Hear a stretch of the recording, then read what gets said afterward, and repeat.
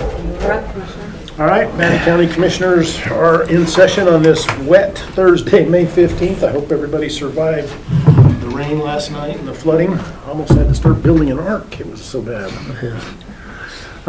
We do need to amend the agenda, so if there's any, accept a motion on Mr. that. Chair, I would make a motion that we amend the agenda for the property tax exemption for signatures and go from there. Okay, we have a motion. Any discussion? All in favor, say aye. Aye. First up, Katie and Melissa, DEQ update. All right, I'm just gonna leave our cards right here too. All right, good morning. And thank you for your time on your agenda. I came today really just been coming around about every year and just to say hello, and while we're not dealing with an active problem, just so that you remember who we are and that we're here and have our phones available. I gave my business card. I also have an extra card here and Melissa's card as well. My card has my cell phone number on it, so even if it's after hours or on a weekend, if you need me, I'm available. So anyhow, we're here with DEQ. We're right here in Pocatello, right up on Hospital Way, and we cover 7 counties in this regional office, so all of southeast Idaho. I did want to share with you our 2024 report to citizens. This is for our agency as a whole, statewide. Just has some of our accomplishments this last year. This is available on our website, but just wanted to share that a little bit about what our agency does and has accomplished this last year. But I also provided a little card. It's got our DEQ values, our mission statement, and all of that. So that just tells a little bit about our agency as well. And so I'm going to just pass that to you. Thank you so much. And then just as general information, I wanted to share just some stuff we've got going on in Bannock County. We have really, I think, we've just really appreciated the cooperation we've had with you all on development projects. We have been providing more specificity to the letters that we write on those, which I know we've talked about before, trying to tailor those. We're really working through this statewide because we've had so much pressure on housing development over the last few years. So just trying to help planning and zoning committees and land decision makers understand, like smart growth for how many septic systems, what density is good for groundwater quality, since we're all pulling our drinking water out of that same groundwater and just trying to make sure our drinking water stays safe.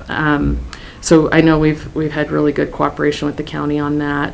Additionally, just wanted to let you know about some of the grants and loans that we've provided to the county in this last year.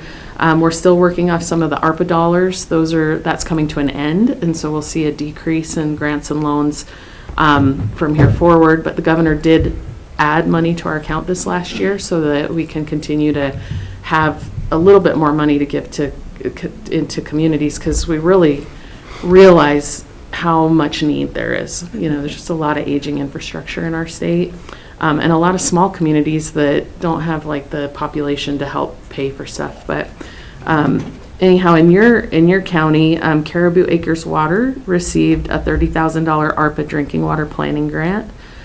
Income got a $20,000 ARPA wastewater planning grant. Lava Hot Springs received $4.4 million SRF drinking water loan. So that's a low interest loan that's in our state revolving fund. So it continues to revolve with the payments that communities make. We can continue to give money to new communities. Lava Hot Springs also received a $35,000 ARPA drinking water planning grant, and they also received a $30,000 ARPA wastewater planning grant. McCammon got $2.7 million ARPA drinking water grant, and McCammon also got a $1.5 million ARPA wastewater grant. And Pocatello received $50,000 sewer overflow and stormwater reuse municipal grant. It's a wastewater grant. So we've been able to give some good money into this community, so into this county. So wanted to fill you in on that. And I did bring Melissa with me. I think every year I've been wanting to bring one of our managers. They do an enormous amount of boots on the ground work with facilities, with residents, with folks like that. Melissa's our air quality manager. She's been with the agency for 25 years. Am I supposed to share that? anyhow, I just brought her here to talk a little bit about our air quality programs as well, and but also any questions you have for me in particular, I'd be happy to talk through with you. Okay, well, I'm Melissa Gibbs. I'm the air quality manager here. I'm sure you guys have lived here for a long time. Currently, this area meets all air quality standards. We do monitor for PM10, PM2.5, and sulfur dioxide, and ozone. So ozone's been our new pollutant that we've been monitoring for. In the past, didn't meet air quality standards for particulate matter, but this community now has good air quality. I don't have a lot of open burning issues here. We have some complaints and things like that. So we deal with all manners of things. It's really hard to cover 7 counties with a staff of 4.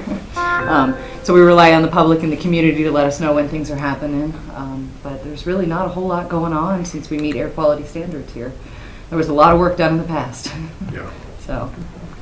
Good, thank you. So talking about air quality, we have a couple mines there around Eakin that are starting. How involved are you guys with that? We are fairly well involved with that. So we issue permits, what are called PBRs for those types of facilities. And I'm thinking you're talking about the gravel pit that was along the west side? That plus the old Ash Grove, they just blasted Okay. this week, and they're starting mining again. Okay, I don't know if we've received notification on that one, so I'll look into that. But the one that was last year that I think you guys had denied the conditional use permit, Yes. under our rules, we ask that they comply with all other regulations, but we issue the permit for that. So it's very complicated with these rock crushers. Part of it is dealt with by Idaho Department of Lands, so they're the ones that deal with the reclamation plan and things like that. And then that gravel pit in particular, I gave, I think Hal Jensen, is he the? He's right behind you. We had talked about we had talked about that, and according to BLM, or not BLM, Idaho Department of Lands, if they applied for a new permit under DEQ, their grandfathered status would no longer be, because they're applying for a brand new permit in 2024 or whatever. So the facility already had an existing, what we call PBR, permit by rule. It's a pretty easy permit to get because it's for a rock crusher, right? It's about $250, and the form isn't very complicated. You put your serial numbers, the equipment, throughput, things like that. And then they're required, once they have that PBR, to fill out a perf. And so according to our regulations, they followed everything they needed to do. And so we were getting complaints about the dust. So we were going down to check that out. My inspector went and looked at it multiple different times and recommended that they get water on it periodically. But you go by whether or not the fugitive dust is leaving the property boundary. And in the cases that we were down there, we didn't see any violations. There's an opacity rule that we can follow where we look for how long it leaves the property boundary. And it was going up, not out to the residents. And so the times that we've been out there, there wasn't any dust that we could go after, I guess. And so from what I understand, you guys had issued a cease and desist, and I don't know if they're going to come back up. They had originally told me they were going to be there for most of the summer, but with that cease and desist, they left, and I don't know what's going on with that, but I will definitely look into the other one at Ash Grove. Question for you, Katie, on community wells and septics out in the county.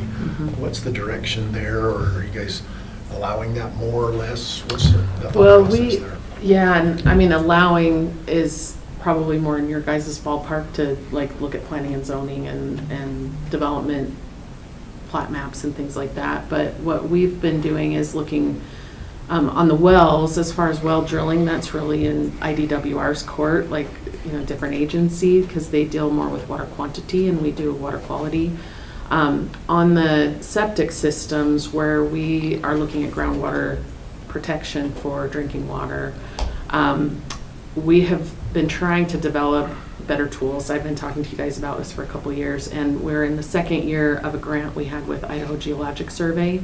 So we've asked them to statewide get a soil map put together so that it would be a better tool for you all to say, can our soil type allow for a higher density of septic systems, or is it a little bit more dangerous? And so We always recommend that folks use a community system if at all possible, even in a subdivision, if they can look at community septic. And the problem is that in our rules, this is where you get into what we allow. In our rules, those things require a little more study to say, what are your soil types? You know, when an individual gets a septic system, they go do a little soil test, and it's like that, but a bigger deal when you have a larger wastewater system. So a lot of developers don't want to do that because it's a big cost, and the test could come back and say your soils aren't adequate. So you could invest a lot of money into a sunk cost that then tells you the answer no.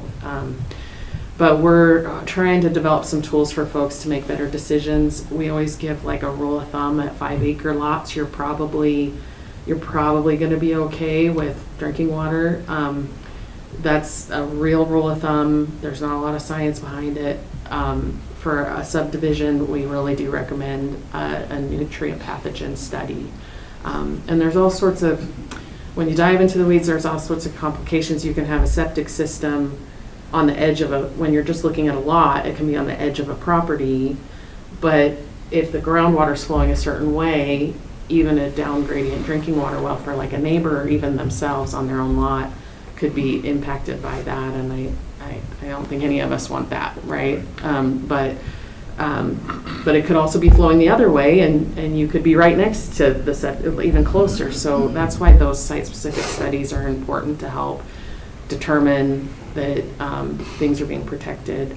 So, you know, we're pushing for those studies to be done a little bit more because that's important for the communities, especially as we start getting more and more folks building.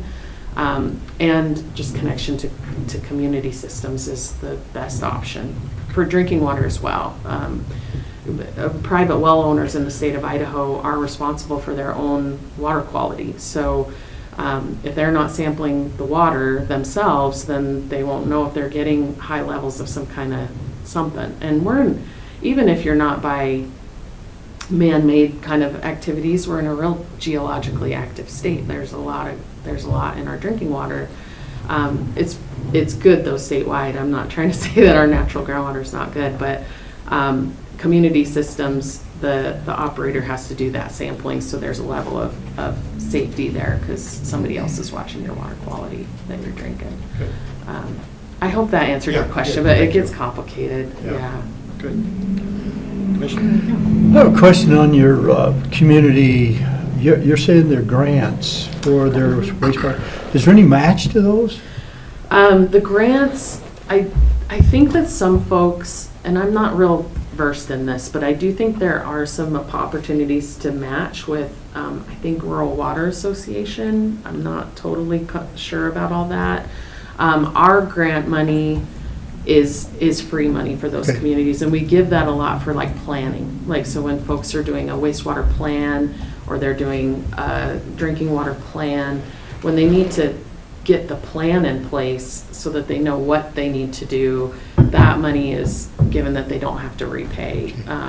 But the ones you did in Lav and McCammon, those are actually for the system themselves, right? Yeah, that's to actually do the work. Yeah. And so, and because we'd gotten this ARPA money, we were able to actually give a lot of those ARPA dollars without any, that was free money as well. That's what I care. They just have a hard time with matches anymore. Yeah.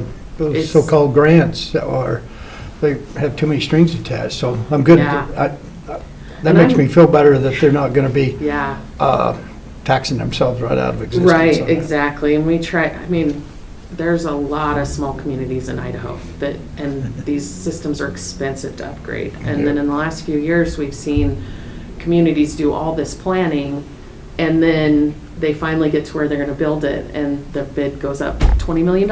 I mean, overnight. It's just insane. So, Been there, done that? Know all about that. oh yeah. So it's unfortunate. We do everything we can to help. But everybody's blaming you guys, you know. Oh, well, yeah, we're used to that. That's part of our job. Not really, but I mean, somebody's got to blame some authority somewhere. Yeah. I mean, I joke about that, but we really, our folks really do everything they can to help.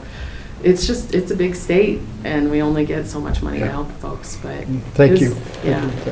Relationship with the landfill. Oh, yeah, things are going really well at the landfill. In fact, I got a little, they've been working on remediating that contaminant, the plume out there. Oh, believe me. It we know is that. not gonna happen overnight, and, there's a really good contractor in place at the landfill, and, they're doing a lot. He's now probably 2 years in, but relatively new hydrogeologist. We had a retirement, and, he's really come on great, and then, I was gonna say, I've got a few notes here. The ops plan, we did an operation plan recertification. Oh, that's due in December of this year. That operation plan will go out for public comment prior to recertification. That's just FYI. I have a note here from my remediation manager that says Dylan Evans is great in capital letters. So I think things are going well. There's, I think CDM Smith, your contractor's doing a pilot study for groundwater monitoring remediation. And I'm just really appreciative that you all keep resourcing that activity. I mean, that's been, unfortunately, like historically, we didn't understand the nature of our waste, and some nasty stuff got released there back in the day before folks maybe should have known better but didn't, and it's there now. So thank you for continuing to fund that, because it's important for that groundwater in that area. But I think things are moving along really well. I go to those meetings anytime I can, because I really enjoy hearing what's going on and just seeing activity progressing in the right way. Good. Okay, anything else? My only question, I guess, is do we have with increased demand and capacity, are we on track with remediation so it doesn't get away? Oh, at the landfill itself? Yeah, I mean, I worry about, the ponds, everything that we're trying to do. Yeah. If growth continues to go up, is the plan for remediation okay? Yeah, And you so- can't predict it, but I'm just curious that we Yeah. don't let it get away from us. So for the demand and the growth, all the new cells that your landfill's putting in are built to today's standards. So they're all lined, they have leachate collection systems, they're getting cover, they're following all of our environmental protection measures today. So there's no continuous release from your new landfill. So it's remediating that historic contamination that's still in the groundwater, and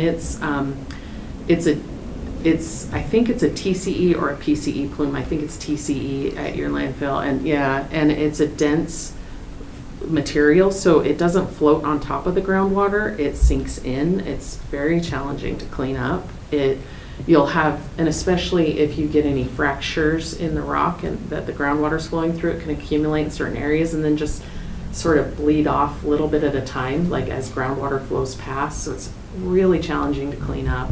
So that's why it's not going to happen overnight. But yeah, I think as far as being worried about additional releases from your new waste, your new landfills are being built by our kind of top tier standards in Idaho for solid waste facilities with all the liners and things. My only question is, how come we didn't apply for grants on this? Yeah. Have all this money. For waste, for landfills, For the yeah, there's not a lot of grant there. Yeah. Okay, well, thank you. Yes, thank Appreciate you. your And time. Thank you. Nice if to meet you. you ever need anybody from our group to show up, you just call us. So. Okay, great. All And we've right. got Thank you. Hal in the back. Oh. He said he hasn't met you too, so as you leave today, make sure you Yeah. meet Hal here real quick. Okay, thank you. Thank you. Scott?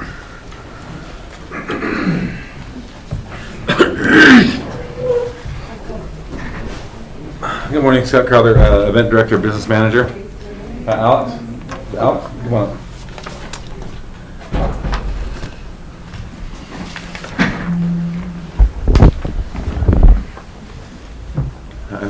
Just introduce yourself for the record.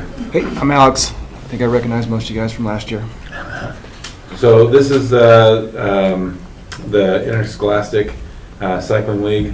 They're coming back for, I think this is the, This will be our fifth year Fifth putting on the year. race, fourth year using your property. so, and it works out great for us. They use the area that we have named Mystic Gardens. So they'll come up there and they'll camp, and and bring in folks to bike in the area. It's a great event. I don't have any issues or see any problems with it, so it's up to you guys. No, how many attendees you gonna have this year? With the parents and all that, probably 2,500, 3,000. Wow. Should have about 800 kids racing. And is this, and I forget, is this road racing or mountain bike? Mountain bike. It's out on the McNabb property. Yeah, yeah, that's a great property up there. They just did the Pioneer Trail, I think, this last year. Are you incorporating any of that? Not yet. Not yet? No, it would, it's another level of permitting, and we're pretty happy just staying on his private property with the trail, because, Right. No, that's a good old course Yeah. up there. but yeah, now that other property though, they can jump in. Right, They got access points, yeah, so cool, I think it's working out good. good. Any other questions? No, it's been positive. Yeah. We'll go ahead and make a motion that we approve the contract with Idaho Interscholastic Cycling League. Okay, we have a motion. Any further discussion? All in favor, say aye. Aye. Great, have a good event. All right, thank you guys. Appreciate it. All right. The next one is Chris. Chris, come on up.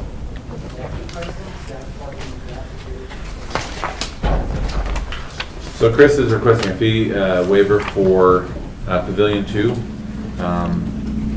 You want to introduce yourself and talk a little bit about your event? Hi, I'm Chris Miner, and I own Rumors, and for 14 years we've done a huge Make-A-Wish event. We do stuff kind of all year long to get money, and this year we want to do a cornhole tournament at the Wellness Center, and it's a fundraiser, so we're just asking that you waive the fee for us. Do you have a wish in mind that you're trying to We raise do. We money have a for? child. It's Sawyer. She's 16 and has lymphoma. Okay. What's her wish? To go to Disney World. Oh, cool. Cool. Yeah, we started out making like $2,000, and a couple years ago we raised $35,000. Wow. What other events do you have throughout the year? We're doing this, and then we're gonna do an indoor golf at the new, I don't remember the name of it. Yeah, the rain. Yeah. Whatever they call it. Yeah. We're gonna try doing that.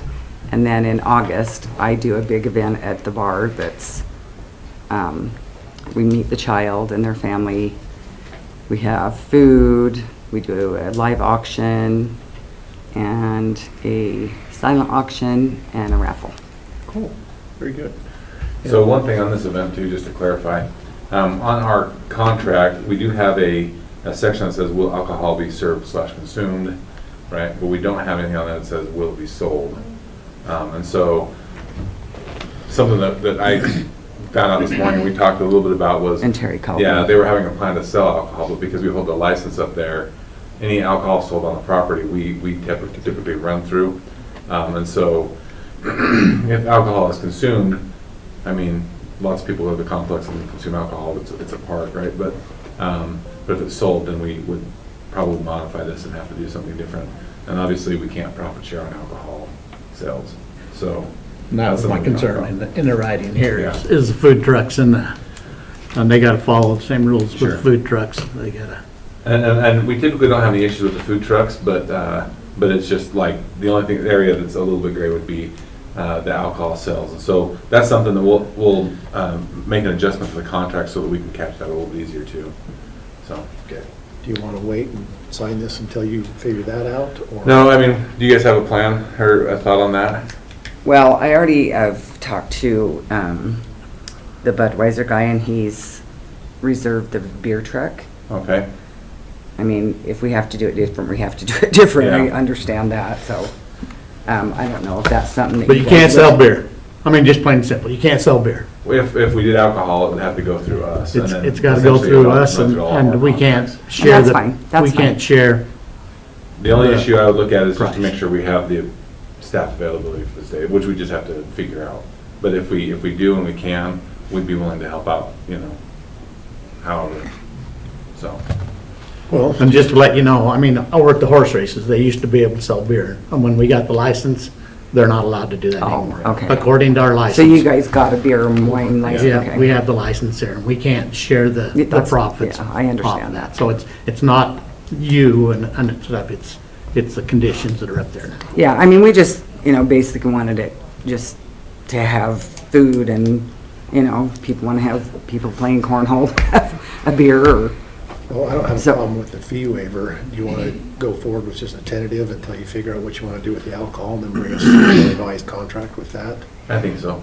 This should be probably in a contract regardless. Correct. So I think that we can work out the details of it, but, and if you guys are okay with it, we'll just bring that back and then I can bring it back without necessarily having Chris come back. We can just kind of negotiate that out if that's okay. that's fine, yeah. Are you okay with that? Yeah, yeah. Okay, let's go forward with that. So we'll consider the fee waiver approved, and then you guys just work out what you want to do with the I alcohol. appreciate and then- that very much. And then Scott can bring that back to us. Okay, You won't have to come back again. okay. Thank you, Thank you. thank you. All right. Come on, Spencer.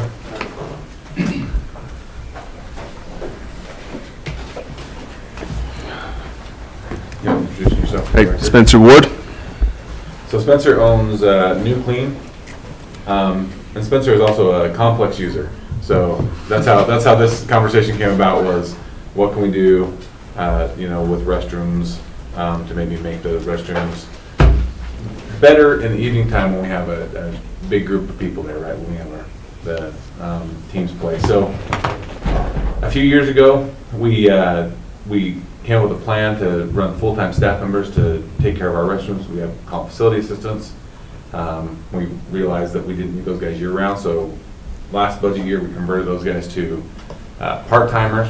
We hired part-timers with moderate success, right? So we could potentially hire 6 part-timers. We offered 6 jobs. We get 3 part-timers that come work for us, and they do a pretty good job. But we usually will clean the bathrooms in the mornings, and we'll hit them sometime in the afternoon before we go.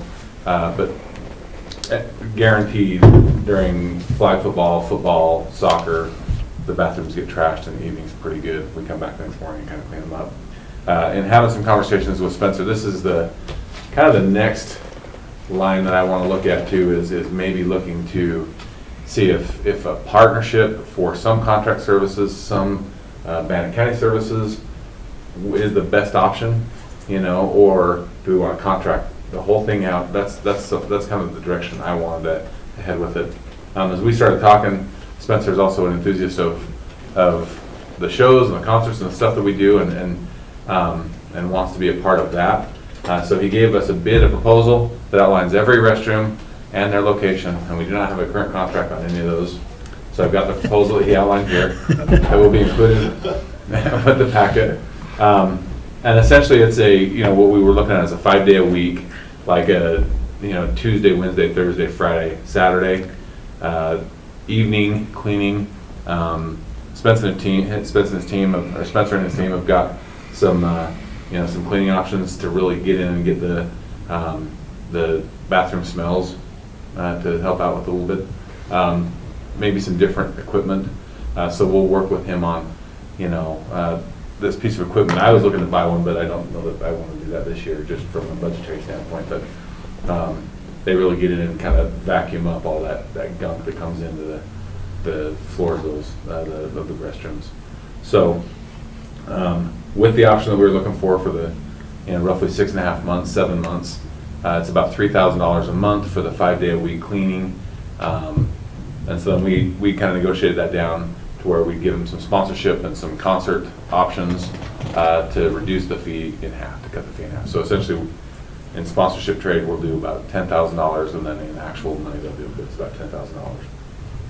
From a financial standpoint, what Christy and I talked a little bit about is taking this out of bottom line budgeting before we try to go through and open the budget, because where I would eventually pull that from would be that line that I have the temporary staff in, because again, I can't fill the positions. And in next year's budget, I'd like to move some of those resources down to professional services so that I could look at contracting if this works for us. Questions? I guess for me, that's where I'm after is what's the net? I mean, because I understand the problem with temporary help. We budget for it, and if we can't get it, there is money. But rather than just moving a shell game, what is the net effect over a contract, outside contract, sponsorship versus in-house, temporary help? I guess I just haven't seen that number yet. Maybe you don't have it yet. That's what I would like to see. So and I can tell you some of the information that we have, because we've run it now. This is the third year that we're doing, well, the second year with temporary help. The first year the first 2 years I did permanent staff. And so the cost for permanent staff was a lot higher because we pay benefits on top of the wage. So we were sitting somewhere in I think it was maybe $60,000 a year per person, so we were about $120,000 a year. And again, we worked those guys, we overlapped their shifts, so there was a couple days they were here together, but most of the time you looked at 7-day-a-week coverage, and we're hitting the bathrooms once, maybe twice a day, which we ran into the same issue with evening times when they get used the most. We really didn't have the folks here for that. The other issue we found is it's a $15 an hour job, and so we were getting candidates that we'd have to supervise to get a quality job done. So now you're throwing in a supervisor, which we don't have a position built in for that. We have our assistant park coordinators that groom the arenas and run our water trucks and do all that stuff, and we pulled one of those guys over and try to have them supervise so we could get better quality. So now we're paying them a lot more to get kind of standardized fee, standardized level of service. Last year we went to the part-timers. We had a heck of a time all year finding people. We ran into the same quality issues. It was one of those issues where we tried to arrange the schedules so they were here working weekends, working after hours. But again, the guys that are around, when we're there after hours and weekends, we are doing other things. We're not always on top of what they're doing, and so I did not see a big increase in quality. I feel like we will get an increase in quality, and that eventually this may be the direction we head. It'll be more cost effective for the taxpayer to contract these services out. And again, I have no doubt that we're not going to see a higher quality product. Plus, we as the customer can hold people to standards as well. We can come back and work with Spencer and say, here's the issues we're seeing, and what are your thoughts? So, and then the fact that we're doing a sponsorship as part of that just makes it really nice for us because it's more cost effective. So 10,000 in sponsorship, 10,000 in, we're gonna pay them. Yes. I don't see any place in here where it just says clean. I don't have a definition of what clean is. I have that in this contract. This is what Jonathan had talked about. This is their proposal, and it does outline every restroom. It does say What they'll do. details. Yep. Okay. Sweep, mop, clean both sides of glass doors, clean toilets. Okay, that's what I was looking for. I couldn't see any of that here. I mean, it's all outlined. I didn't include this in that proposal. Okay. But I do have the proposal that says all that stuff. That makes a difference. And I brought in 6 copies in case you guys want them. Spencer, tell us about your company a little bit. How long you been around? We've been around for over 13 years now, and yeah, we've learned from trial and error what works and what doesn't work, and we've got great managers in place. We just hired a new staff manager, and we have inspections on a regular basis and that kind of thing going on, just because we know, like Scott just said, we're hiring the people from $15 to $17 an hour, and they need some supervision. So we know that's a thing, and so we make sure that's provided and make sure standards are being upkept. So what's your experience level with these type of restrooms and facilities? Well, we currently service the MEC. We do event centers like that. Yeah, we handle schools. We have another company in Idaho Falls we bought last year. So we've had a lot of experience with different schools. School district of Shelley, we do a bunch of schools for them up there as well. So we just know the heavy use So you know factor. how kids are on stuff. Yeah, how disgusting they are. We understand it. So yeah, and he's brought me through it, and like he said, I'm an avid user of you guys' center up there, and honestly, I'm just kind of, you get upset when you go in there and I have a 5-year-old that I need to bring in, a little girl, and I try to bring her in to use the restroom, and it's gross. It's not you guys' fault at all. It's because of the youth and people come in and just trash it. So if we can just, provide better, cleaning in there for you, and like you guys have already done, with the full-time sheriff up there, that's going to help a ton. So. Okay. My question of it is, do we need to just, what would be the cost of just contracting with you regardless of the sponsorships? Sponsorships just brings in a muddied water. Look, if we were just to hire you for what, the 5-6 months or whatever, how much would that be? $3,000 a month, which is $18,000. We'd run them through the end of November, or Okay, the middle of November, just because we Okay, shut so down we're the bathroom. moving, So it's in there, it's about 7 months is what we calculated. okay, so that's what so it's $21,000 if we just write you a check. Sure. And then if you wanted a sponsorship, you could pay us. Sometimes I wonder if we're not better off to just do it that clean way than doing trade. That's my only question of it is, sometimes the clarity or whatever it is, it looks to me like the $21,000 is still cheaper than trying to do it. Hire people and manage them and everything else. I don't have any problem if we just do that and we deal with a sponsorship in some other way. And then you pay us back, and then it's arm's length transaction, and it doesn't look like we got, well, what did we do last year or whatever. Just as a, would you be against that if we went that route? I could do it either way.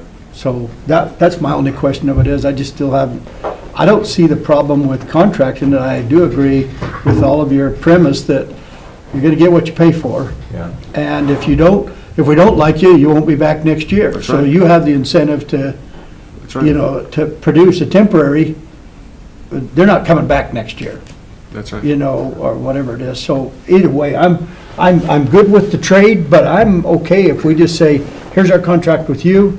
Now you come back, and if you want to be a sponsor, here's the contract back. So there are a few areas that we do this, sometimes cash, sometimes sponsor. Western States CAT, right? They provide 4 pieces of equipment that we use for our concerts. So actually this year they're going to do a couple of light clients in addition to the scissor lifts and the forklifts. But we also rent stuff from them, and then they do 4th of July. So we kind of have cash with those guys plus sponsor.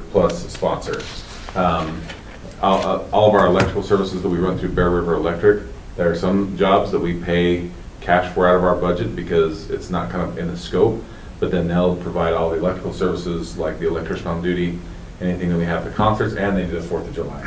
There are a few, and the benefit I think to both of us, just from a negotiation standpoint, is like, one of the areas that I love to see grow and has been a big addition for us is like our pre-party area.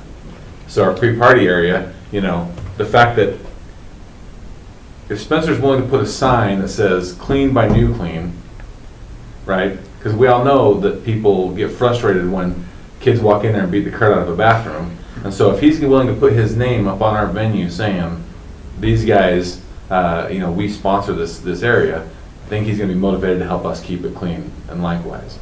And so that's something that we could throw down that really doesn't have, we don't have necessarily, we do have, There's intrinsic value. yes, in that. there is value there, but it's easy for us to add that as kind of a icing on a cake to bring a sponsorship in, because he wants to get there, and then from the standpoint of all of our customers that come through, they end up getting little trinkets that they can kind of play with. We talked about sunscreen for concert goers, right? So then people that come to our concert get a benefit as well. It attracts more people to that pre-party area. So that's why I enjoy this like hybrid model. Plus, I like to stay in my budget. which, and don't get me wrong, if it's a sponsorship, if I take a sponsorship from Spencer and I put it into our sponsorship pile, we split that 50-50 with Nederlander. If it's trade services, we don't split that. Okay. Just seeing how well you could defend your position there. I feel okay about it. Okay. Jonathan, everything okay with you? Well, there are After some a flurry of changes. emails last night? Yeah, after many, many emails and delving into this, there were layers, we'll just put it that way. There are some changes I feel we need to make to the contract to make it clearer. We need to incorporate this Clean County restroom proposal. So it's clear, it's clear what services we're paying for, what the obligations of New Clean are in response to the obligations of the county. And there's also a clause at the top where we need to appropriately identify the party. Are a lot of your contracts like this where it says Bannock County Event Center, a political subdivision of the state of Idaho? Yes. Or is that, This is the standardized sponsor agreement. we need to change that. It Okay. needs to be just Bannock County. The event center is not a political subdivision, Bannock County is. Okay, And so I we would get- line out event center and then have that initialed. So you want to keep the political subdivision of the state of Yeah, Idaho? keep the political subdivision of the state of Idaho. But it's just Bannock Line out County. event center. Okay. So it'll be Bannock County, Idaho, political subdivision of the state of Idaho. Okay. Could you put operating at the event center, so at least it says very specific place in Bannock County? Well, but then it's followed has by the the address of the. Okay, event as center. long as the address is in Yeah, there. the 'cause address is in that there, way so that covers there's- us. We understand you're not coming into the courthouse, you're not coming in. Yeah, the address is there, Okay. and also on the scope of work, and it details the wellness center. And It does. The only other thing that I would add on that, there's a blank page. I believe it's page 4. I would put in, and I can do that for you if you want me to. I can write in the term. Okay. You want me to do that? Sure. I'll borrow your pen. Okay. Scott, Your pen. could we change it to net 30? Not very well. How do you Invoice. borrow a pen? All invoices will be But processed on not the the first of each ink. month, Exactly. net 15. Can we change that to Yeah, 30? we can do that. We'll try and pay in 15, but if I have Use your commissioners pen gone is the for best 2 way. weeks, I can't. That's fine. It said, you want to use my toothpaste, and you'll borrow it. Ernie, do you have any thoughts on this? No, I'm good with that. Okay. Okay, so what I'm writing is I'm designating it as item LL. And it'll state the Clean County restroom proposal. Why don't we do this? Why don't we go ahead and approve it pending final review of the contract? That way, you guys know which direction we're traveling. You don't have to come back. We can get it all typed up and If you want official. to do it that way, I'm okay with that, if everybody else is. if you're okay with that, I can get that out If- today. Effective, Well, when I are, put on here, May 15th, okay, but we can do the effective date whenever. I don't have a problem, are we starting today? I mean, we're ready to go right now? We're ready to go, yeah. Okay, Well, I'm okay with that if you want. I'll make the motion that we go ahead and approve the agreement between us and New Clean as will be stated in the contract that will be coming forth. we can just ratify the contract when we get the official. Yeah. I think one thing I just want to change, what we're changing, I forgot is, I think I put the days like Wednesday through Sunday. I think Yeah. we're definitely gonna do Tuesday through Saturday. Oh, So that's a dumb thing, but I want to make sure that's in there too. okay. Yeah, I can make those changes and get it to Right. you there. But the basic premise, everybody's okay with? Yep. Okay, we have a motion on the floor. Any further discussion? Christie, you good with everything? Yeah, they're going to change the terms to net 30. Okay. Okay. All right, all in favor, say aye. Aye. Thank you, Spencer. Look forward to the partnership. That'd be great. Thank you. How? Release. John, I'll get with you after, okay? Yeah. And friends, and Merrill. Nice of you to return that. Good morning, Commission. Hal Jensen, Planning Director, Bannock County. I have with me Elise Foster, Subdivision Planner, and Merrill Quell. I believe his title is Development Engineer with the City of Pocatello. Not close enough, Merrill? Close enough. We have a bit of a quandary, and we need to present it because I don't have enumerated powers to make particular decisions. And so we have a subdivision that was started along South Fifth while it was still in the county. I don't mean to throw the developer under the bus. The original plan, had the developer met particular dates, we wouldn't be before you. But now that property has been annexed into the city of Pocatello. Under our ordinance for subdivision, excuse me, I need to step back.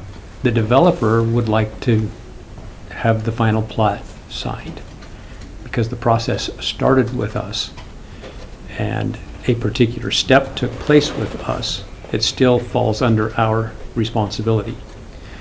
He would like to bond for the remainder of the work to be done. Problem is that our ordinance does not allow for bonding of particular items outside of particular parameters. And that means that work has to be done. If we step back and say the city of Pocatello has taken jurisdiction at this point, even though it's under our process, Mr. Quayle and his inspectors have been making sure that it meets city standard because the roadway is being developed to city standard, curb, gutter, sidewalk, compaction tests for all of the required backfill for utility lines, sewer, water, work in the right-of-way, etc. For all intents and purposes, we do drive-bys to make sure that there's particular things being done. Road and Bridge has checked some particular construction, but for all intents and purposes, we've defaulted to the city.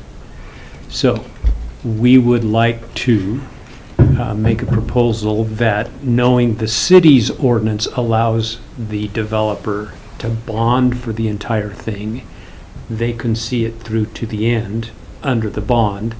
We would then present to you the final plat for signature and be done with the county's responsibility and allow the city to just follow through with the remainder of the development under their standards and their inspections. So the city standards are stricter than ours? Yes. So the developer's held to a higher standard.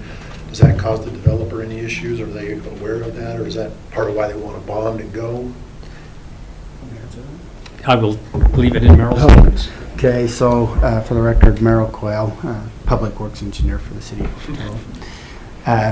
But the developer has already signed, our development agreement in our area that reflects the standards that we are, that he is to be able to.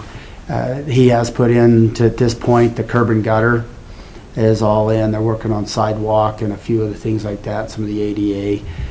They are also bringing in the gravel for the road work. The utilities are in and functioning at this point, the sewer and the water. The common trench, the dry utilities have been brought in along some of that site also. So the city at this time has got a copy of his request for the bond for to cover all of those outstanding amenities, plus a little more because he started the process a few months ago and now he's done more, but to go not going back to the bank and getting that reduced for another cost. He's willing just to send that forward, and so we're just sitting and waiting for the signature. If everything's good there, he'd come in and sign. He will be bonded for the full amount within the city of Pocatello at this time. So that's what Hal was getting to. Okay. Is there any legal precedence for this? Or There's not. My main concern was whether, we negotiated or included Pocatello on this. We have. And so I don't have heartburn about moving forward. Okay. Questions? No, I feel like when it was up for annexation, there was an opportunity for everybody to talk. If there was a concern, it should have been handled at that time. Let's move forward, turn it over to City of Pocatello, and thanks for Lise doing what she's done and Al and the group, and let's get us out of the ballgame. I don't see a downside of doing this. If you guys have done your due diligence, I'm fine with it. Because they're going to be meeting your standards anyway. We're not providing any services. City's doing it also. I think it's a good arrangement and appreciate you guys' work on it. So what is it specifically you're asking for then? Would like to ask for permission to sign the final plat, bring the final plat for signature, knowing that the work is not complete under our ordinance, but under the city's ordinance, they allow a project to be fully bonded. Okay. where we don't. I will make that as my motion. Any further discussion? I I didn't- will accept that as my motion. I'm not know touching that one. I didn't know I was creating a motion, so I apologize. I would have thought about my language better. I guess, Nancy will clean it up. I guess my only question of it is, if something does come up, that plat had to be changed, you'd have to come back for an amended one, or are we just done with it? At this point, it can't be Okay, changed. so. So if we sign the, FYI, if we sign the final plat and it's done, and the developer decides he needs to take care of something, we have completed our process. He would then be required, because it's been annexed under the city's jurisdiction, Okay. he would then have to do an amendment through the city of Pocatello, not through the county. Okay, works for me. Okay, any further discussion? No. Okay, we have a motion. All in favor, say aye. Aye.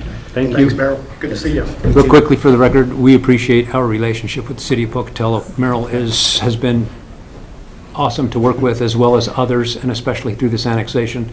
This became really the only hiccup in that process along South Fifth, and so kudos to Merrill for his assistance. Same to your people. Thank you. Appreciate it. Thanks, Elise. Thank you. Okay, Melissa.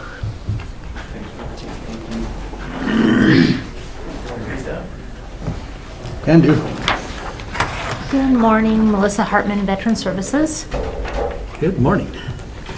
We're here today. I have two things on the table. So the first is a signature that is needed for the certification of the National Association of County Veteran Service Officer accreditations. So I went to a training. In order for me to get into the advanced trainings, I had to do a basic training. So I did the basic training, passed the test, which makes it so I'm able to become certified as an accredited VSO underneath the National Association of County Veteran Service Officers. That piece doesn't cost us any additional money than what the training, the basic training class itself cost. So while I'm not sure what impact or what role having that accreditation will really have on my office, my guess is slim to none. I feel like we should at least put it out there and apply to get the accreditations. In Idaho, counties work very closely with the states, and so I work underneath the state of Idaho's accreditations, and those would be like the VFW, the American Legion, so not the local posts, but like the national organizations. And in order for me to really be functioning in a consistent manner, I would still use only the VFW and the American Legion, which are the two primary organizations that I use that the state of Idaho are accredited with. This is an additional service organization, and the challenge comes from the fact that the state of Idaho is not accredited under the National Association of County Veteran Service Officers. So I would be like an island to myself if I push this, but at the same, and I don't want to do that. At least right now, I don't want to do that. And so, but it doesn't cost us any more money, just the signature, and then I send over, they do a background check on me, and if I pass, they'll. So will you pass? I think I'll pass. I think I'll pass. But this tool was just something that I needed to be able to get into the advanced portion of the classes. The class was really basic. I learned some stuff, which was great. And it reconfirmed that our county is definitely doing something that is consistent with other states in other counties. So that's good. That's a good thing. Hopefully other counties in Idaho will encourage, like you guys encouraged me to re-engage with the National Association of County Veteran Service Officers. I hope other counties will do that as well. It was very beneficial from my standpoint to see that happen, so. Good, good. Any questions or concerns on that? No. Okay. Take a motion on that, I guess. I'll make a motion that we go ahead and sign this National Association County Veteran Service Officers request. Okay, we have a motion. All in favor, say aye. Aye. Okay. We just require. Just your signature. Thank you so much. Okay. And then the next thing is Proclamation for the Field of Heroes. We're Okay. ready to go. Commissioner Bullock. I have a question. Jeff and I are out of town. You guys for are out the- of town for the The dedication. opening. Kenny will. Which I'll be there. You're gonna do the dedication, and were you able to open the email I sent you? Yes, I did, with the read script? through it, looks wonderful. You've done a great job of putting it together. We'll finalize those last few things we're Yeah, still there are a missing. few details that says to be added later. I hope you give They me a really heads get- up on some of those. Yeah, you know, like Friday morning at 6. Okay, No, I'll try to well, get it to you well, before Just then. give me 20 minutes. so- Yeah, yeah. So, with that. So, in light of that, I guess I'm going to read the proclamation into our record here Okay, as part of our meeting here, and it gives me a good practice to read it next week, so. sounds great. I have a question, though. Why in the proclamations do we use the word "whereas"? Is that just an old tradition? Legalese. Historically, that's the way it's been It's done. just the It's not a legal Lawyers document. Decide we're going to talk. Yeah, I just, it reminds me of the, oh, hear ye on the town squares, you know, with the bells. So, anyway, this is a proclamation under the seal of Bannock County. Whereas Memorial Day is a time for all citizens to pay a debt of gratitude by remembering to honor the heroes who have fallen in service in our country. And whereas since 2004, the Idaho Field of Heroes Memorial has been one-of-a-kind tribute to every service member who has died or is still missing in action since September 11th, 2001. And whereas 2025 is the 6th year in which we will honor military K-9s lost in combat. And whereas this year marks the 21st anniversary of the Idaho Field of Heroes Memorial held at Century High School's soccer field, with a dramatic visual display of white crosses and stars of David to symbolize each service member. This year there are 7,064 markers signifying the loss of 7,064 lives. And whereas words alone are insufficient to express the depths of our gratitude for the brave men and women of our military and their families who have paid the last greatest measure on the battlefield for the freedom we all cherish. And whereas we can never truly account for the magnitude and impact of silent wounds on our service members, which include the tragic triad of substance abuse, homelessness, and suicidality. We therefore honor the lives of those who continue to bear the burden of battle after returning home and ultimately succumb to the weight of their silent wounds. We honor their lives and sacrifice along with their brothers and sisters in arms who died on the battlefield. And now, therefore, we, the Bannock County Commissioners, Ernie Moser, Jeff Huff, and Ken Bullock, do hereby proclaim May 23rd through May 26, 2025, as Idaho Field of Heroes Memorial Days. We ask all citizens to join in our pledge to never forget the brave soldiers who defend the freedoms of the United States of America. In witness thereof, whereof we hereby set our hands on this 15th day of May in the year 2025. Jeff Huff, Chairman, Ernie Moser, County Commissioner, and Ken Bullock, Commissioner. Thank you. I love that. I just finished reading the book, The Forgotten Highlander, which tells the story of a POW during World War II in the Japanese camps. And as you read those words, it just all of those veterans suffered. And so I am grateful that we do what we do, and thank you for all of your efforts to help take care of our veterans. They need that, so thank you. Truly is my honor. Probably have one of the best jobs in the world, so. Okay, All right. thank you. Thank you. Appreciate you. Yeah, appreciate you guys. All right, now for the amendment. We have 2 letters to sign on property tax exemption letters. So they can go out in the mail today. Take a motion on that to accept those. Go ahead and make a motion to approve the signing of the letters for property tax exemption. We have a motion. All in favor, say aye. Aye. And since we're just about out of time, is there any questions on the claims agenda that anybody has for Christie or anybody while they're here? Nope. My question is the outside audit with Whipley, is that one of many payments and outside completion, is that? was optimistic that we would complete by the end of this month, but Okay. it's gonna be next month. Okay, Are you so, okay with that? I know you're not okay with I it. don't have a choice. well, They're still doing testing. oh, They are in the Really? office today. okay. Try not, So they were in try the not to office- say what I'm thinking then. They were in the office yesterday and they're back today. So Okay. hopefully they can get some things finished up. Okay, the only other thing is the equipment repair, is there particular equipment, or is that a combination of 352,000 to Western States? That could be a lease payment. I need to look at Or it. is that the rebuild for? It's under repairs. That might be I think part it's, of, I think it's the rebuild, isn't it? Because that on might that be part of the tractor. repair, Is it- without knowing the line item. Okay, I just had, but, When you okay. look at those, if you look at the line item that it's paid from, then I can better. Okay, and that was the only thing I had. And with that, I'll go ahead and make the motion that we approve all the items on the consent agenda. Okay, we have a motion. Any further discussion? Hearing none, all in favor, say aye. Aye. Anita and friends, come on up. We need a couple minutes for Josh to get his Yep. computer set. We can finish signing while you get ready with that. How's that? I'm just trying to keep us on schedule. I know.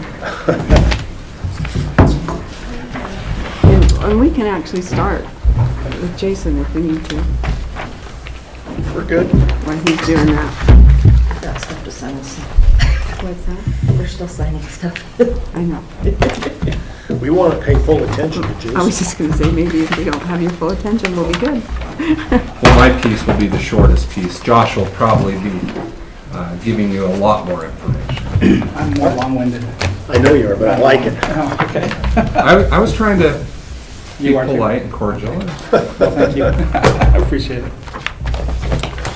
I keep getting told shorten it out. But it's good information. Thanks.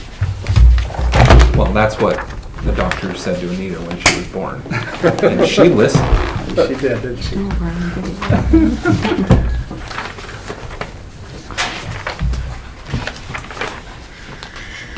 I'm gonna step out for just a moment. Okay, thank you.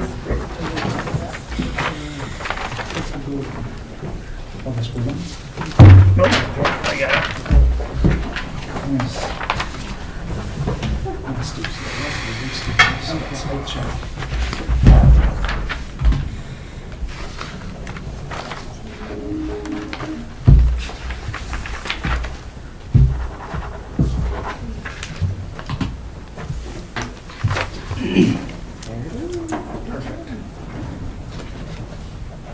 Let's see if it's going to come up with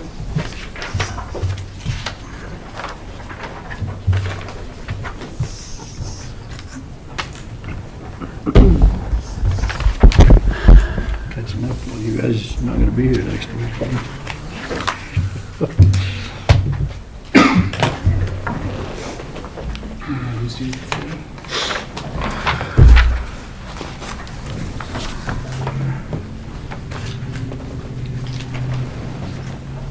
I don't know which of you two do you need one of these? She has to have one for the record.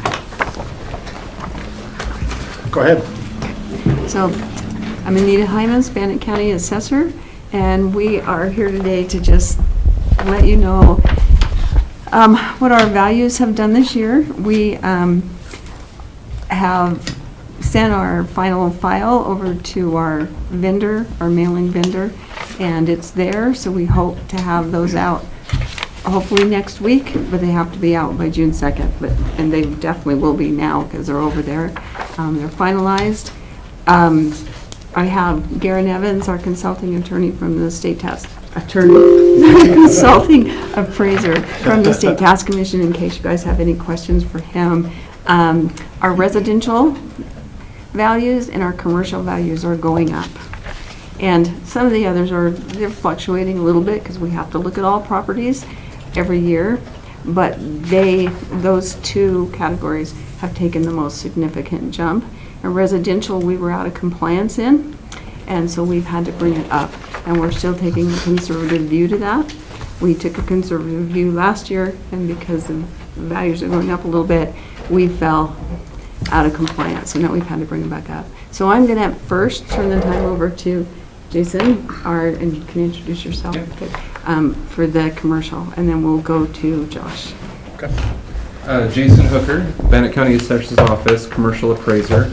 I know that we just met a few weeks ago and we spoke a little bit about what we're going to see with commercial properties this year. And so I took a look this week to look for a few trends that I might be able to share with you guys for what to expect with some of the more significant changes for this year. Some of the ones are ones that we expect to see every year. New buildings, major renovations to a building. Those are ones that we will see this year just like every year. Another one that we spoke about at the last time that we spoke on this was we were able to do an update to the Marshall and Swift costing data for 2025. And when we look at properties that impacted the most, it was primarily properties that we haven't had a lot of sales in. So if we had a specific category that we haven't seen any sales, and we had a hard time gauging what is that category of commercial real estate doing, this costing data is able to kind of help us bridge those gaps where we don't have as much sales data as we would like. Another big change that we're going to see this year is we found a few different categories we were able to increase equity across the entire category. And the biggest example that stuck out to me was storage units. When we looked across the county, as you're probably familiar with, there are different grades that we assign properties. 3 is kind of an average, 2 is slightly below average.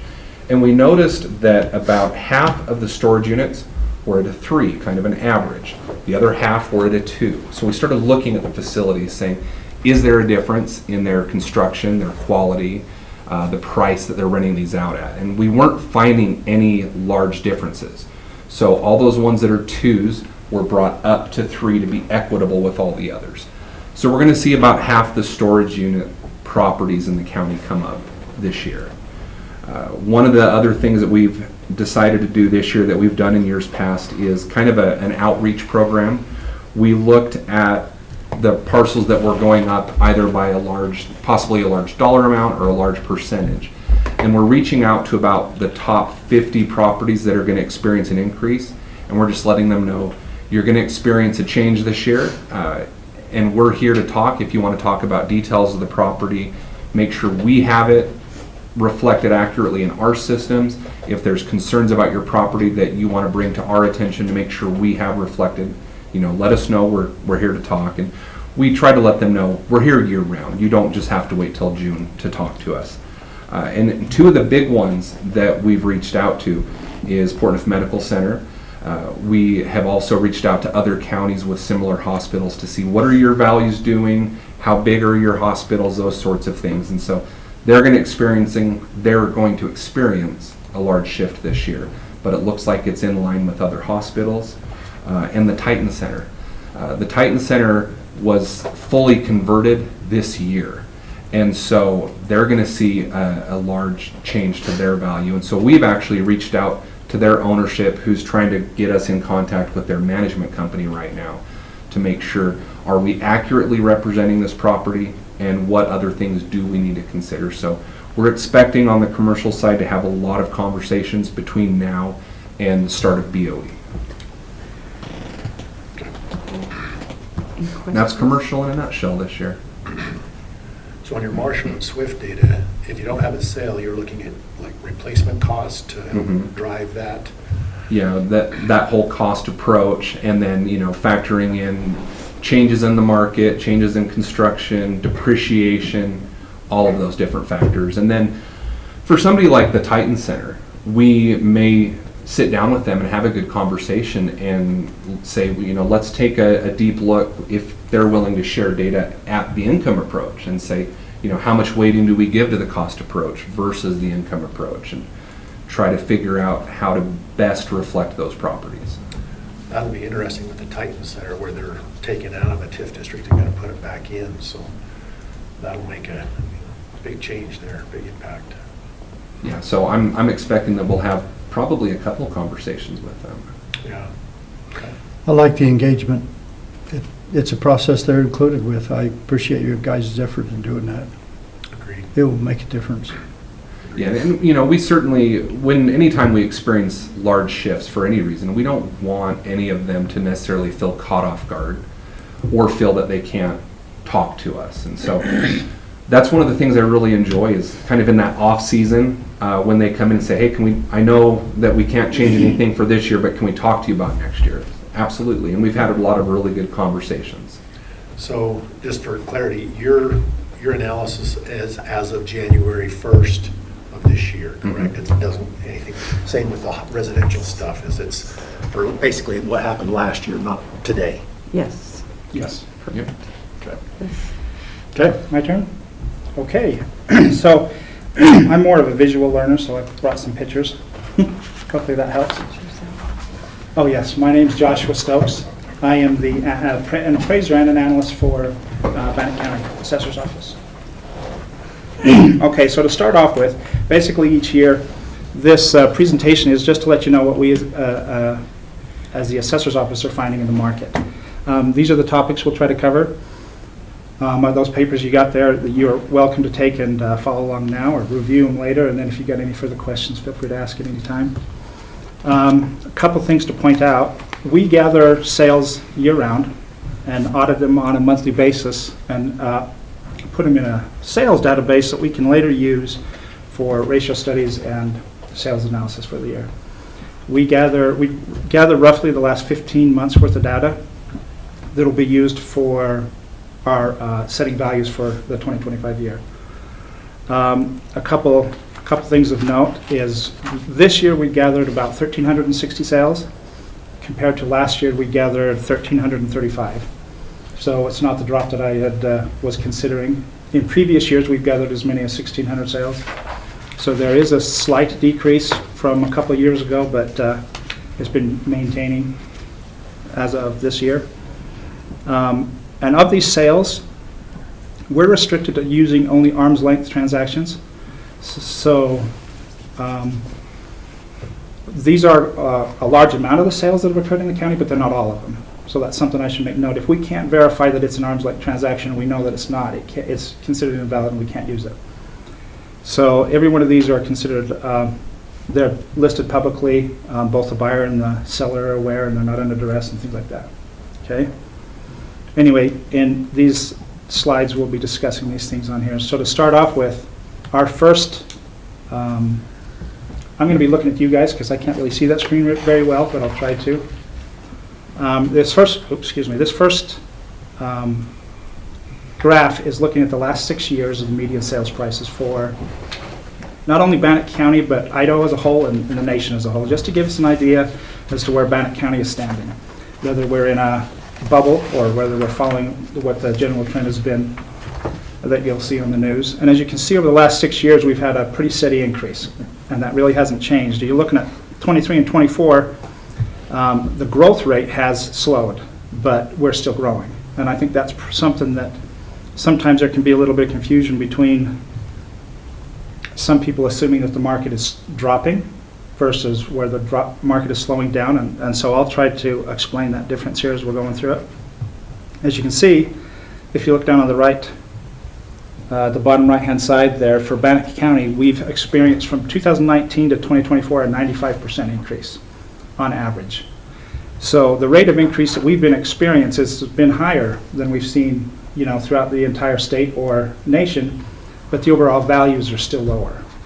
It's just the rate of growth has changed, and that's what's changed in the market. Is we're starting to see that the speed at which things have been growing is starting to slow down, but there's still growth in the market.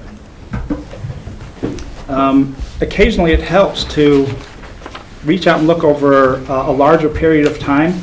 So this next graph here is looking at the Bannock County real estate market from the 2000 all the way up to the first quarter of 2025.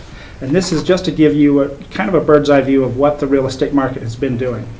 You can see the one time that the market did go down is during that recession in 2008 to 2010, where there was a slight decrease in the market, but ever since then it's been growing. And you can tell from 2019 and on is where we started to see prices skyrocketing. And now what we're seeing from about the end of 2022 to 2023, we're starting to see the market, it's slowing down and starting to plateau. If you pay attention to this last part of the graph, you can still see that there's growth in the market. It's just not at the same rate that it has been. It's returning to more what you would consider a normal, healthy market. This is another graph showing the median sales trends over the years, I believe it's the last 8 years. And this is to give you an idea as to, say, if you look at 2020 and 2022, the amount of growth that has occurred every year. This is the median sales value of residential properties, and as you can see, while in the past there have been some significant jumps, in 2023 that slowed down. There's still growth this year, and that's why we're seeing residential prices go up. They're just not going up at the same rate that they have in the past. And we're expecting that to continue through 2025. That's why we put that first quarter of 2025 there, just to give you an idea that we've almost met last year's median value in the first quarter of 2025. This next graph is called a scatter plot for a reason. As you can tell, that when you're looking at something like this, there really isn't a lot of sense to it. These are the sales, and they are plotted based on the sale price and the day they sold. And the trend lines in here are both showing the assessed value and the sales trends, just to give you an idea over the last 15 months what our market in Bannock County has been doing. If you look at the beginning of the trend lines and the end, you can see that there's been a slight increase. It's harder to see when you're zooming into a shorter period of time, so the next graphs will help.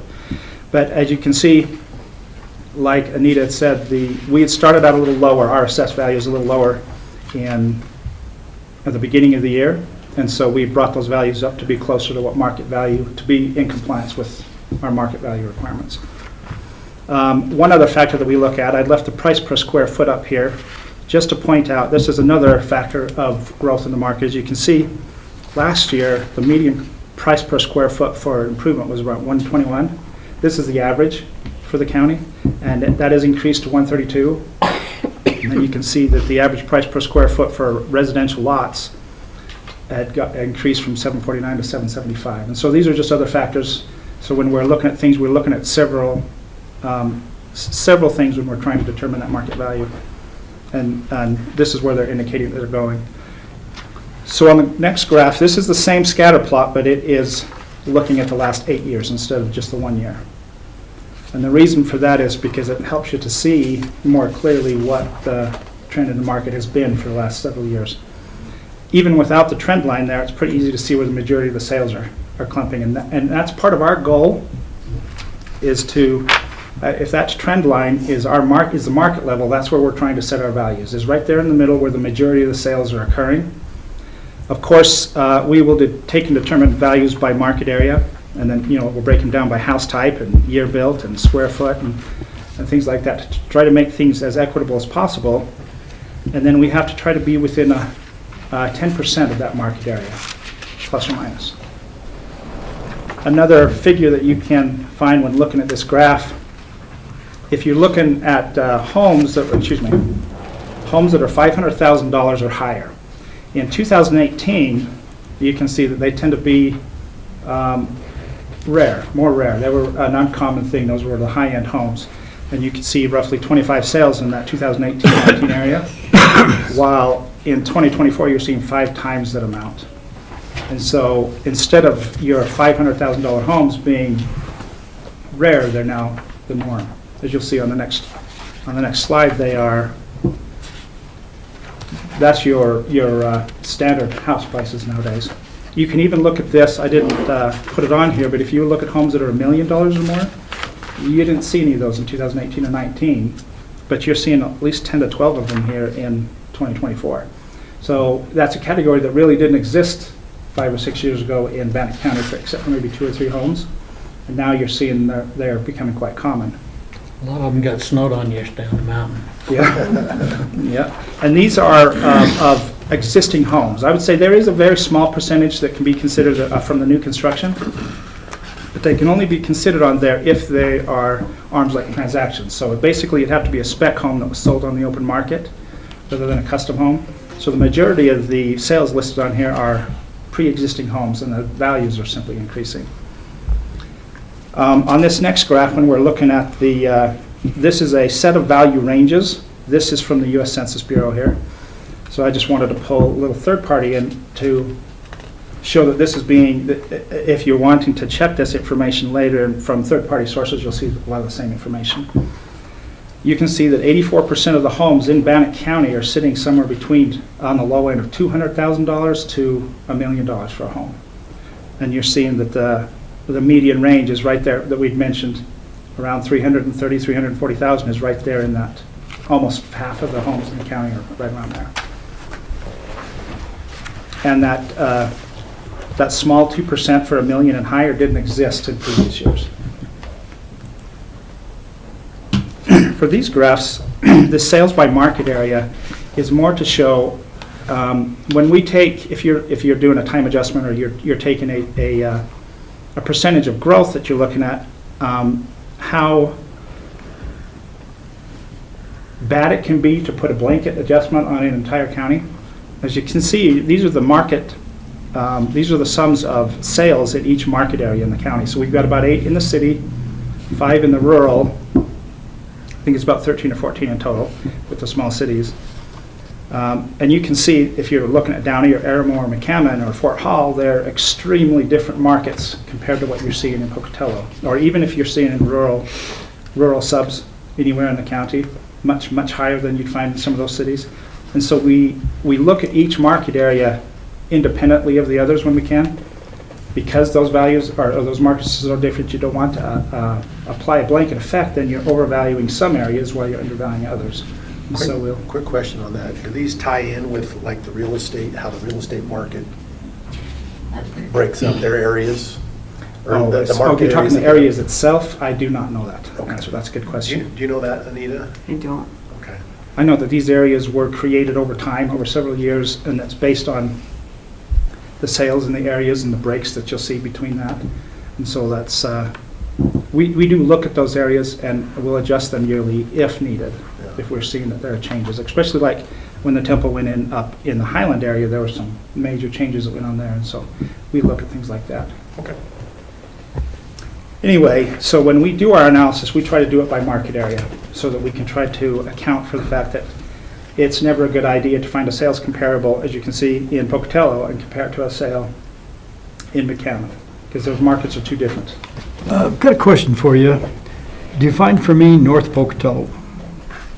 North Pocatello, and I have some maps here Okay. further in the presentation you can look at, and I'm a visual person, and so I could probably find you some more as well, but North Pocatello is basically, I believe, Oak Street all the way up to I-86, and it's west of I-15. So there's that portion of Pocatello is North Pocatello. So it has Pocatello city limits? Yeah, it stays within the city limits. Because you've got Chubbuck here, Chubbuck east is a and separate west. one. That is Chubbuck city limits. Yeah. So you have defined it by city limits. Yeah. So you have to have a border somewhere, and so that'll be by city limits, and then within, there will be site ratings that will be separated either by road or by subdivision. What about county? Just on, outside of Pocatello, outside of Chubbuck? Is Right. there a designation here for? There is. So further in the presentation, if you go a little bit further, there are some maps showing market areas for rural areas. They're much larger because about 79% of the sales occur in Pocatello and Chubbuck. And then, so the remaining 20% are spread out over the rest of the county, and they're far more unique. Okay. And so those areas have to be a lot larger, and there are a lot fewer of them. But I'll bring that up in just, we're almost up to that. But there is a large amount of homes, for instance, out in Manning, Moonglow, that's not Pocatello, that's not Chubbuck. You've got that, yet it's quite a cluster Correct. of homes out in there. So, okay, I'm sure you're gonna bring that up. And bring that up again when I get to Okay. the map here, and I'll try to explain that more too. Yeah. Anyway, on the right-hand side is the land-to-building ratio. This is used mainly when we're in areas where you haven't got a lot of bare land sales to work with. A typical healthy market is going to have about an 80-20 ratio, where 20% of a sale is contributed to the land, and the other 80% is contributed to the house. And you can see in our area, we're closer to a 78-22 ratio.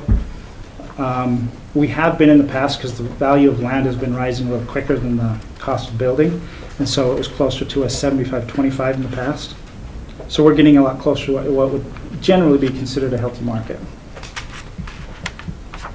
This next slide is showing our bare land market. When we value properties, we value the land separately, and then we'll do the buildings on it separate from that. And as you can see, from 2020 on, we've had a pretty steady increase in our market. The blue bars represent the median value of sales that year, and the orange dotted line represents the number of parcels that sold every year. So as the parcels have increased and the median value of that property has increased steadily as well, which will help explain the next graph. We'll also take a look at the new subdivisions and new parcels and new permits in the city, just to get an idea as to the growth of new construction.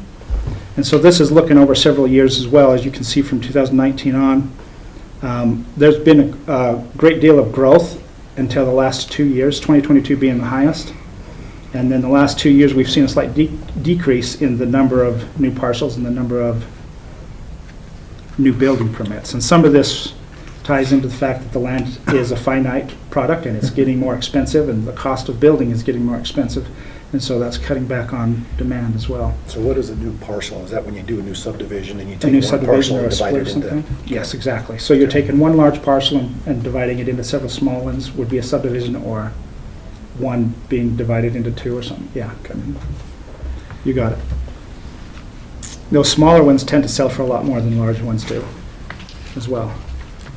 And then this next slide is that map. It's not the best, but these are two maps. On the left there is of market areas in the city and the county, and on the right is land schedules. They're pretty much the same area, but that's how we'll break up the rural areas in the city when we're trying to determine values. And I'd be more than glad to answer more questions there on that if we need to. But this is more for a visual reference of when we're talking with customers, and when we're in BOEs, we'll often refer to market areas or land schedules. And this is more of a visual of where we're referring to. So if you're looking down in the McCammon and Lava area and we're trying to determine what values are in there, we're looking at sales in just that market area. And we try not to move into another unless there are not enough sales. So, what's your time range? How far can you go back to really be fair? Yeah, we typically will only look at the last year to 15 months. Okay. When it comes to bare land or to commercial, it does help sometimes to go back about 3 years, because there are so few sales in those that sometimes you have to get an idea. Everything would have to be time adjusted as well, of course, but sometimes you'll have to go back that far, but not very often. I mean, in these little small rural areas, it's hard to get anything within a year. Yeah. You almost got to go back 3 years to get any kind of reference at all. There's just not much growth. Yeah, exactly. It does get a little bit harder, and you'll probably see that during BOE when we're looking at comparables. You have to go a little further out, and that's why those areas are a little larger. So if you're looking at like Downey and Aramo and McCammon, we'll tend to look at those sales all together. They're very similar areas, and so when we're trying to determine those values, we'll look at those together. But we're finding that Lava and Inkom are different enough that we try not to do that with those anymore, and the same with Pocatello versus rural areas. They're different enough that we try to keep them separate. Okay. So basically what we're looking to see during pre-BOE and BOE this year are obviously the market-based increases in residential properties, any parcels that have had any updates or changes that are permit-related, and then during our review year and during cleanup, when we're working on database cleanup, when we find when we're looking into properties individually, if we find that there's information that's incorrect and needs to be updated, we will do that. And sometimes we tend to say a small, maybe 5% of them tend to be something's wrong with them and we have to correct them. And so those are the three things that we expect to see during this next month or two. And that's the end of the presentation. Have you got any questions for me? Good as always. Good job. Good as Thank always. you. I would ask that we get a copy of this to Emma so we can put it on the website, so we can put that out for that's people to fine. read. I also am working with Emma on a PSA, so just so you know, next week, I'm planning to send a PSA, not quite this detailed, but we will be sending a PSA as to what our values are doing, just so people are aware before the notices actually go out, so that they're aware and they're welcome to come in and talk to us now. If they want to, they don't have to wait till their notices, but I'm going to get it out there. Emma's going to prepare, she already has helped me prepare a PSA to go out to all the news stations and the newspaper. We're just going to get it out there, and so we're kind of preparing for that.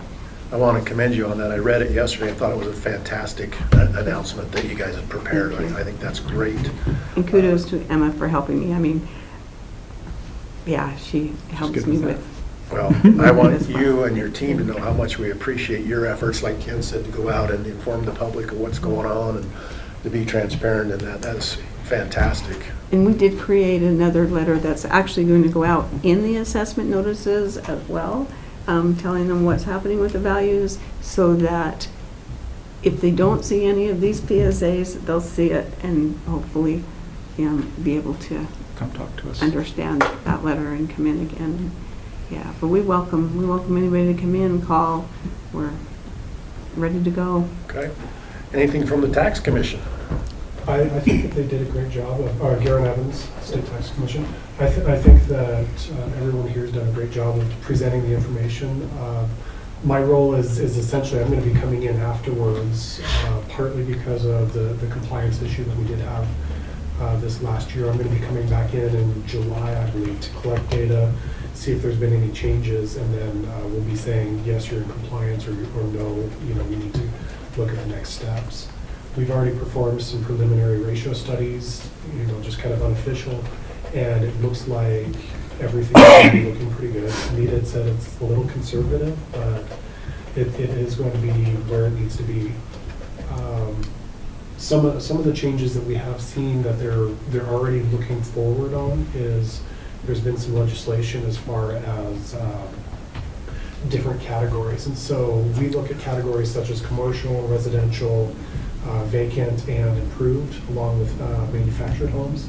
So there's some stuff going into effect on January 1st that they have to be prepared for this year with the values, because we're going to be testing on it. Say, hey, if you've got more than a 5% gap between your residential and commercial, you're out of compliance, and then we have to kind of figure that out. So as I've been looking at things are looking pretty reasonable, and I don't anticipate any major issues. Good. Commissioner? Thank you. We look forward to a very short BOE. I like his optimism. On the horizon, do you see any, because the legislation was kicking it around this year to shorten up the percentage gap? Where we That failed.